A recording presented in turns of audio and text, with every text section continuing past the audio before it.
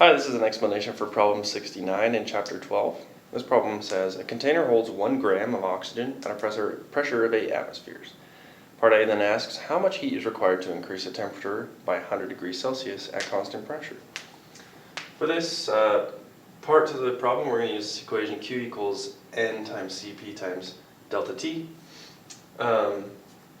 First off, we need to solve for the moles of gas that we have, because that's what N is. N is the number of moles.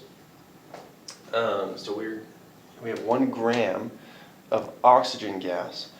Now, oxygen's molecular weight is 16, but because oxygen gas is diatomic, we need to double that. So we're actually going to have a molecular mass of 32 grams. So 1 divided by 32 is going to leave us with 0.0313 moles of gas. Now, we have the other values given to us in this problem, and so we can go ahead and plug everything in. The CFP of this particular gas is 7/2 times the R constant, which is 8.314.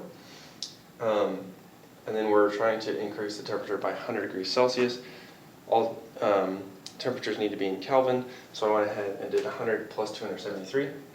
So when we multiply all these values through, we come up with a value of 339.7 joules.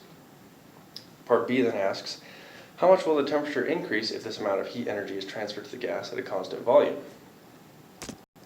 So to do this, we're going to use a slightly different equation.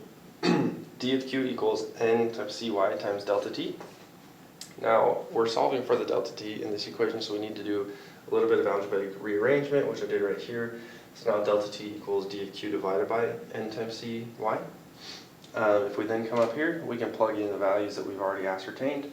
D of Q is going to be our joules that we got, divided by our new Cy constant, which is going to be 5/2 times R, and then N, of course, is still 0.0313. When we multiply, or we do this equation right here, we come up with a value of 522, but that's still in Kelvin.